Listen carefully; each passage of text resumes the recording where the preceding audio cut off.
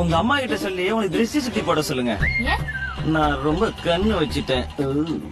முதல்ல உங்க அம்மா கிட்ட சொல்லி உனக்கு துணூர் போட சொல்லு. அது பேய் பிடிச்சாதானே போடுவாங்க. அதுக்கு தான். ஏங்க நீங்களே உங்களை பேயின்னு சொல்லாதீங்க ப்ளீஸ். கௌதமோட வைஃப். இப்ப நான் யாரு? நான் உனக்கு கொடுக்கிற அட்வைஸ் என்ன தெரியுமா?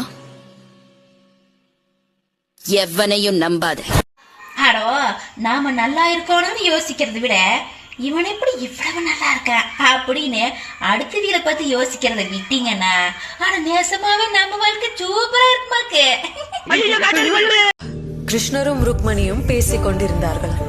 ருக்மணி கிருஷ்ணரிடம் சொன்னாலாம், நானும் தான் உங்களை காதலித்தேன். இருப்பினும் ஏன் தோன்றுகிறது உங்கள் மனைவியாக இல்லாமல் காதலியாக இருந்திருந்தால் நன்றாக இருந்திருக்கும் என்று. கிருஷ்ணரும் இதே கேள்விதான் கேட்டாராம். ஏன்?